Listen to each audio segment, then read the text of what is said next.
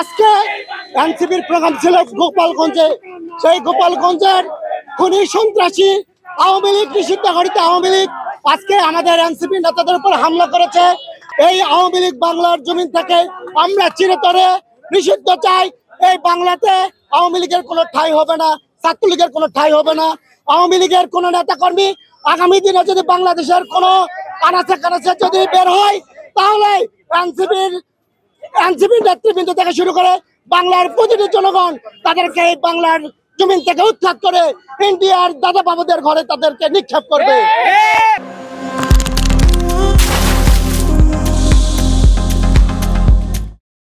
আমরা জয়পুরহাটের মাটি থেকে এই আওয়ামী লীগ গুন্ডাদের নিষিদ্ধ ঘটিত সংগঠনের নেতা কর্মীদের বলতে চাই, আগামী দিনে যদি আবার আপনারা এই দুঃসাহস দেখান, তাহলে বাংলার প্রতিটি ঘরে ঘরের নাহিদ হাসানরা আপনাদেরকে বাংলার জমিনে চিরতরে গেড়ে দিবে।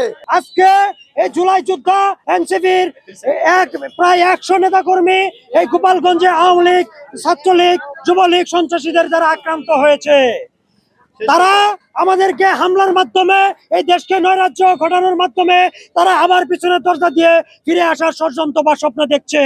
আমরা তাদেরকে বলে দিতে চাই, দেশবাসী এবং সবাইকে সতর্ক করে দিতে চাই, এই বাংলার জমিনে কখনোই ছাত্রলীগ, আওয়ামী লীগ, যুবলীগের স্থান হবে না।